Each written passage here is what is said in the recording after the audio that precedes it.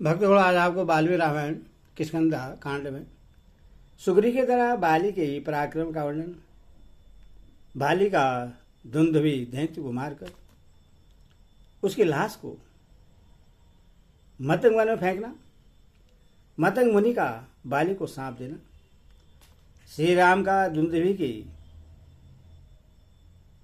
अस्थि समूह को दूर फेंकना और सुग्रीव का उनसे साल भेदन के लिए आग्रह करना। यह कथा आज बाल्मीकि रामायण सुनाऊंगा, ध्यान पूरा सुने। रामस्य वचन श्रोताम हर्ष पुरुष वर्धनम सुग्रीवः पूजा चक्रे राघव प्रशंसन चौ। श्री रामचंद्र जी का वचन हर्ष और पुरुषार्थ को बढ़ाने वाला था। उससे सुनकर सुग्रीव ने उसके प्रति अपना आदर प्रकट किया और श्री रघुनाथ जी की इस प्रकार प्रशंसा की।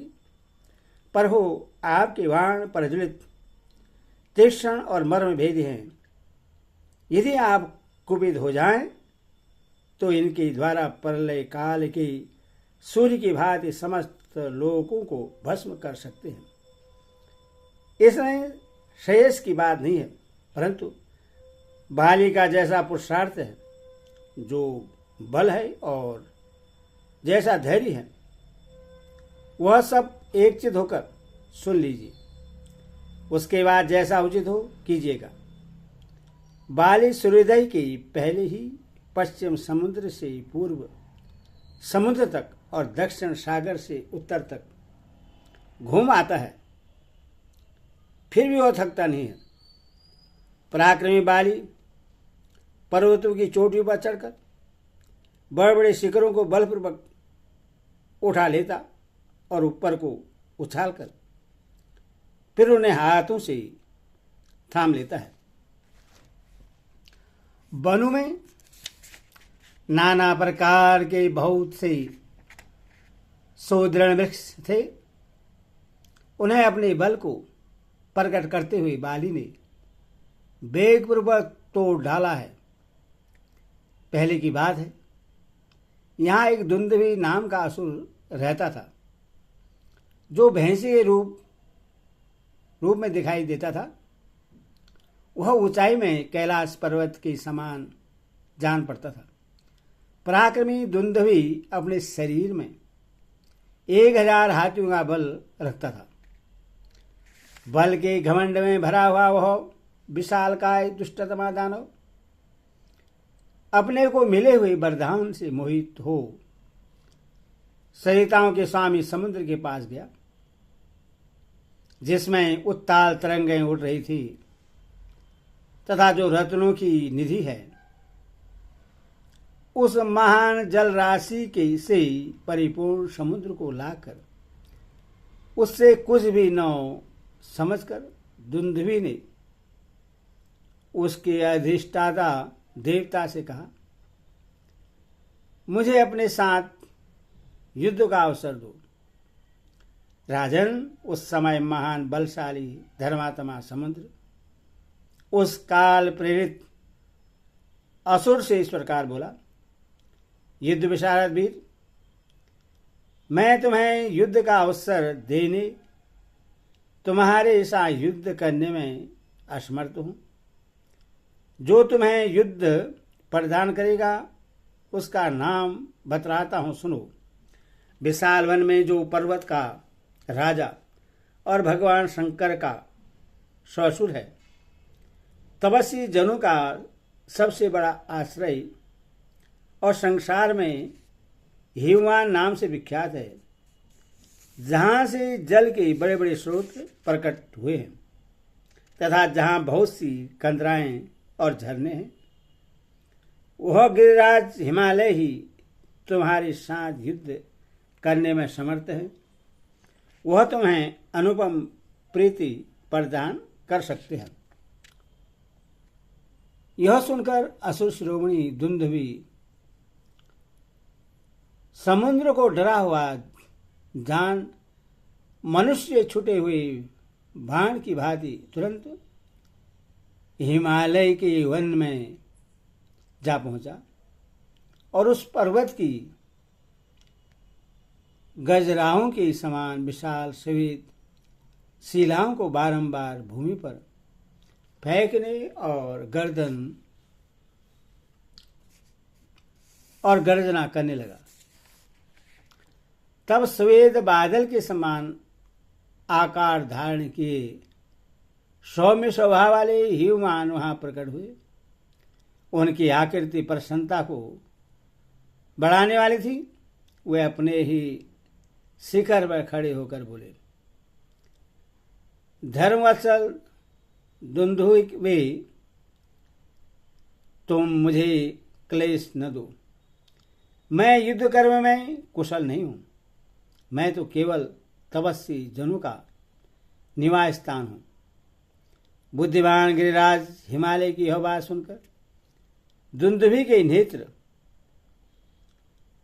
क्रोध से लाल हो गए और वह इस प्रकार बोला, यदि तुम युद्ध करने में असमर्थ हो अथवा मेरे भय से ही युद्ध की चेष्टा से विरक्त हो गए हो तो मुझे उस वीर का नाम बताओ जो युद्ध की इच्छा रखने वाले मुझको अपने साथ युद्ध करने का अवसर दे।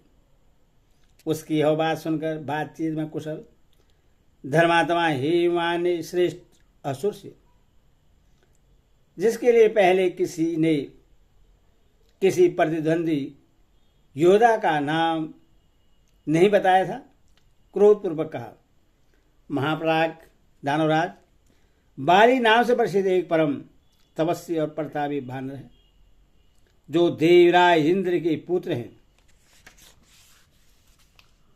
और अनुपम शोभा से पूर्ण किष्किंधा नामक पुरी में निवास करते हैं।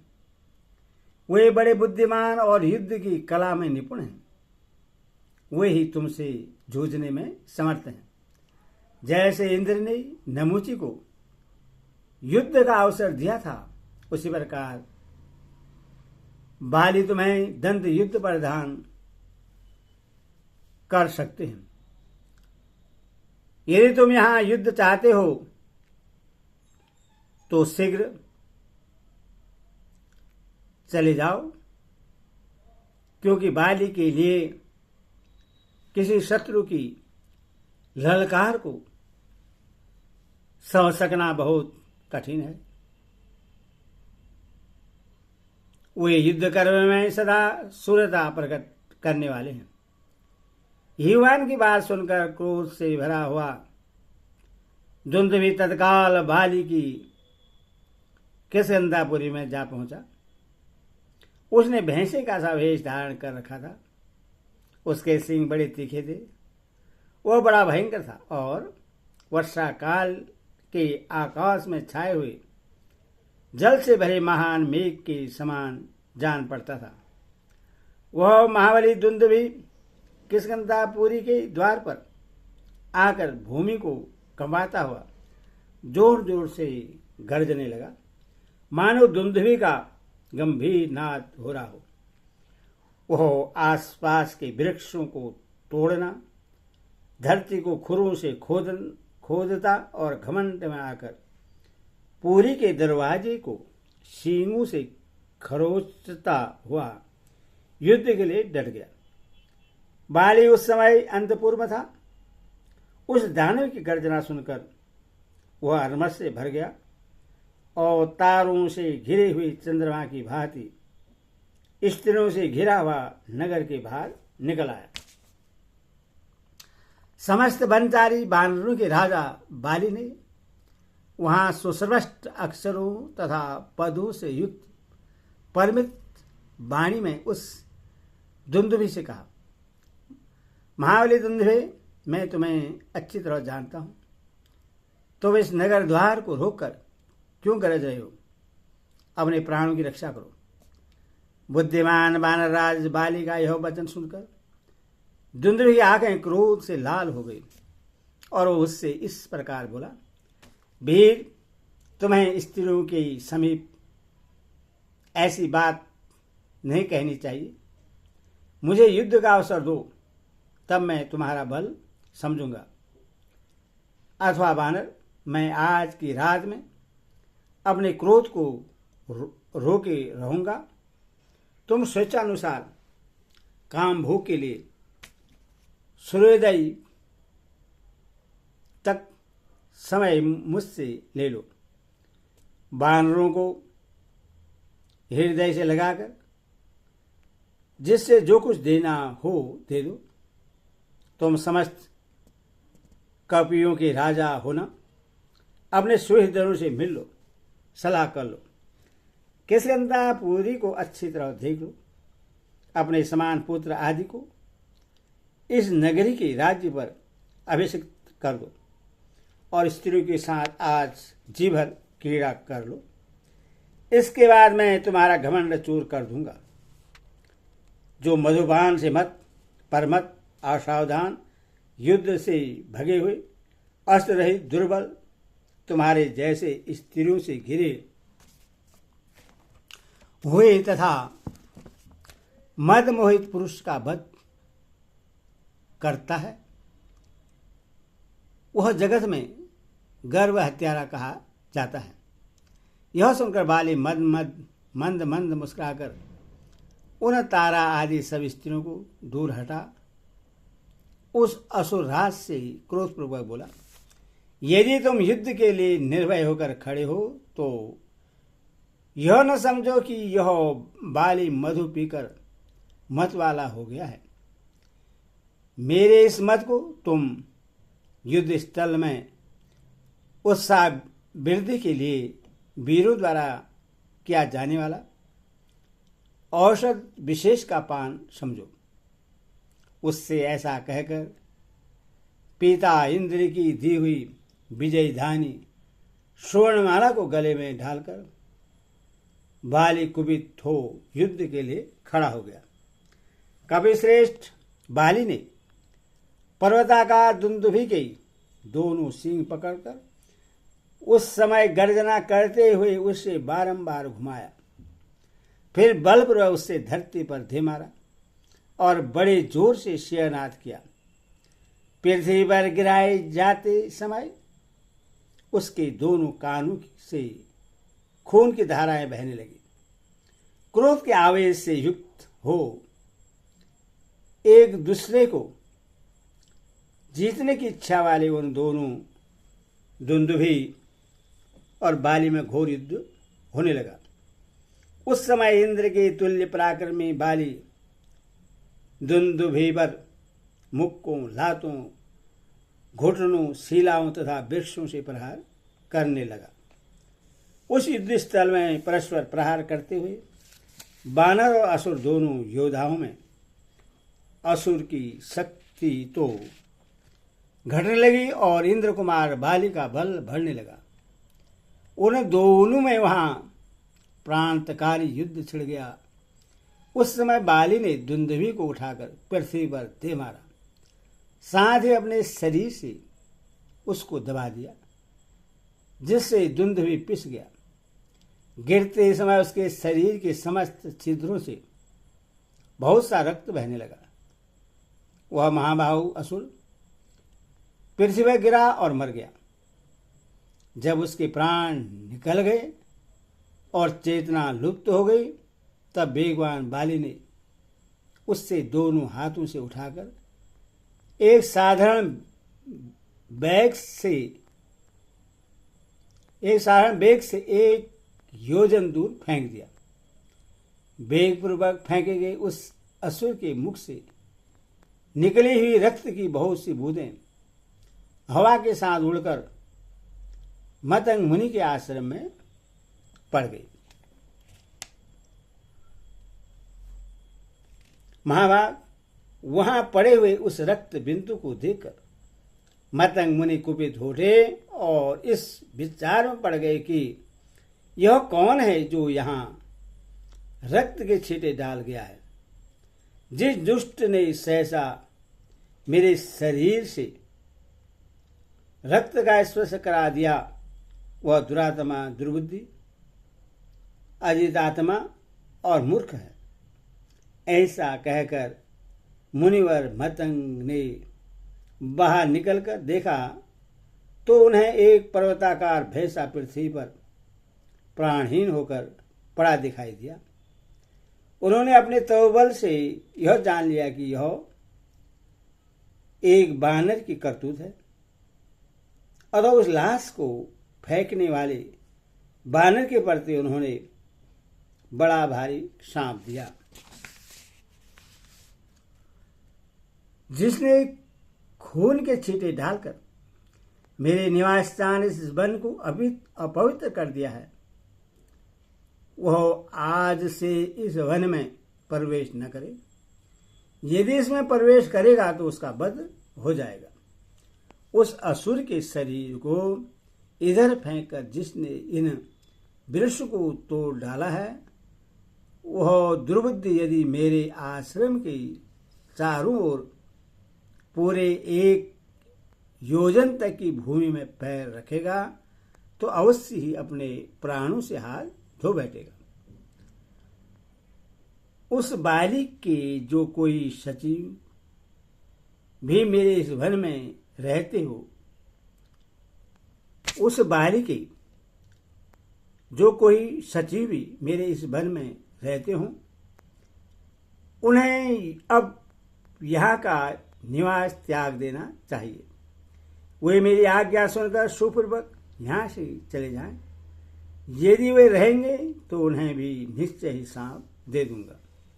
मैंने अपने इस वन की सदा पुत्री भांति रक्षा की है। जो इसके पत्र और अंकुर का विनाश तथा फल मूल का अभाव करने के लिए यहाँ रहेंगे, वे अवश्य शाम के भागी होंगे। आज का दिन उन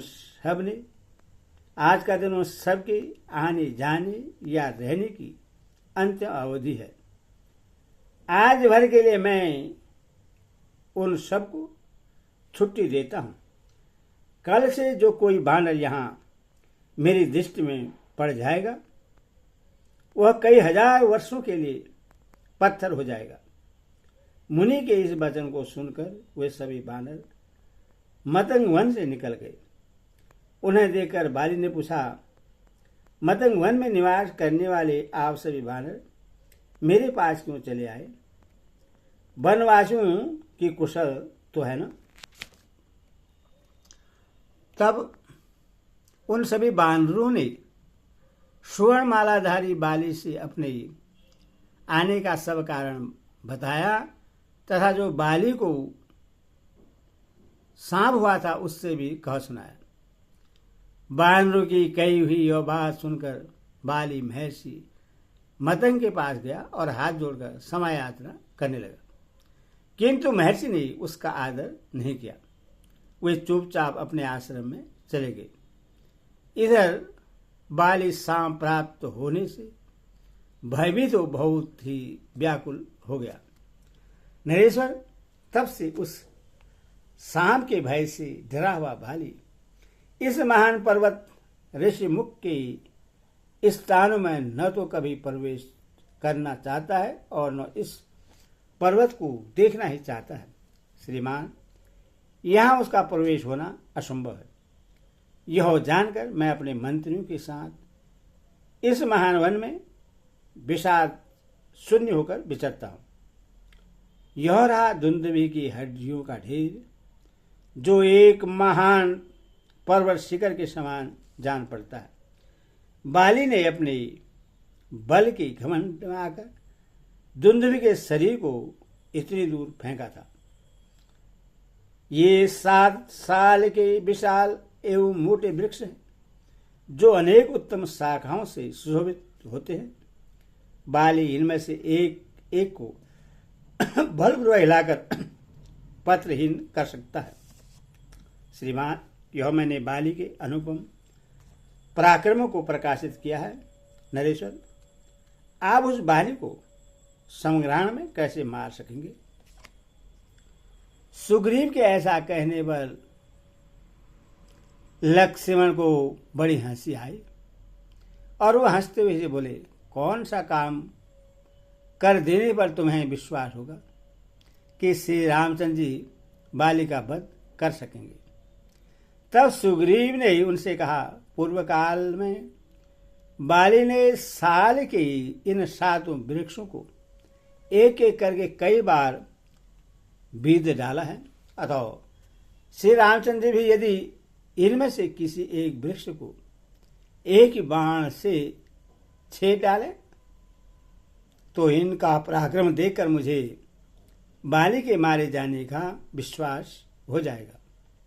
लक्ष्मण यदि इस महिष रूपधारी दुंदुभी की हड्डी को एक ही पैर से उठाकर बलपूर्वक 200 धनुष की दूरी पर फेंक सकें तो भी मैं यह मान लूंगा कि इनके हाथ से बाली का वध हो सकता है।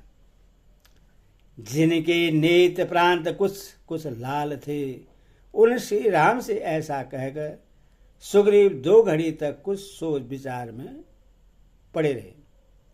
इसके बाद वे ककुस्त कुलभूषण श्री राम से फिर बोले, बाली सूर है और स्वयं भी उससे अपने शौर्य पर अभिमान है। उसके बल और पुरुषार्थ विख्यात है। वह बलवान बानर अब तक के युद्ध में कभी पराजित नहीं हुआ है। इसके ऐसे ऐसे कर्म देखे जाते हैं जो देवताओं के लिए दुष्कर हैं और जिनका चिंतन करके भयभीत हो मैंने इस ऋषिमुख पर्वत की शरण ली है। वानरराज बाली को जीतना दूसरों के लिए असंभव है। उस पर आक्रमण अथवा उसका तिरस्कार भी नहीं किया जा सकता। वह शत्रु के ललकार को नहीं सह सकता। जब मैं उसके प्रभाव का चिंतन करता हूं तब वह ऋषिमुख पर्वत को एक क्षण के लिए भी छोड़ नहीं पाता हूं। ये हनुमान आदि मेरे श्रेष्ठ सती मुझ में अनुराग रखने वाले हैं। इनके साथ रहकर भी मैं इस विशाल वन में बाली से उदित और संकित होकर ही विचरता हूं। मित्र वत्सल, आप मुझे परम ईश्वरणीय श्रेष्ठ मित्र मिल गए हैं। पुरुष सिंह, आप मेरे लिए हिमालय के समान हैं और मैं आपका आश्रय ले चुका हूं, इसीलिए अब मुझे निर्भय हो जाना चाहिए। किंतु रघुनंदन, मैं उस बलशाली दुष्ट भ्राता के बल पराक्रम को जानता हूं और समर भूमि में आपका पराक्रम मैंने प्रत्यक्ष नहीं देखा है। पर हो अवश्य ही मैं बाली से आपकी तुलना नहीं करता हूं। न तो आपको डराता हूं और न आपका अपमान ही करता हूं। बाली के भयानक कर्म ने ही मेरे हृदय में कायरता उत्पन्न कर दी है। रघुनंदन, निश्चय ही आपकी वाणी मेरे लिए प्रमाणभूत है, विश्वसनीय है, क्योंकि आपका धैर्य और आपकी यह दिव्य आकृति आदि गुण राग से ढकी हुई आपके समान आपके उत्कृष्ट तेज को सूचित कर रहे हैं। महात्मा सुग्रीव की यह बात सुनकर भगवान श्री राम पहले तो मुस्कुराए, फिर उस बानर की बात का उत्तर देते हुए उससे बोले, बानर, यदि तुम्हें इस समय पराक्रम के विषय में हम लोगों पर विश्वास नहीं होता तो युद्ध के समय हम तुम्हें उसका उत्तम विश्वास करा देंगे। ऐसा कहकर सुग्रीव को सांत्वना देते हुए लक्ष्मण के बड़े भाई महाबाहु बलवान श्री रघुनाथ जी ने खिलवाड़ में ही दुंदुभी के शरीर को अपने पैर के अंगूठे से टांग लिया और उस असुर के उस सूखे हुए कंगाल को पैर के अंगूठे से ही 10 योजन दूर फेंक दिया। उसके शरीर को फेंका गया देख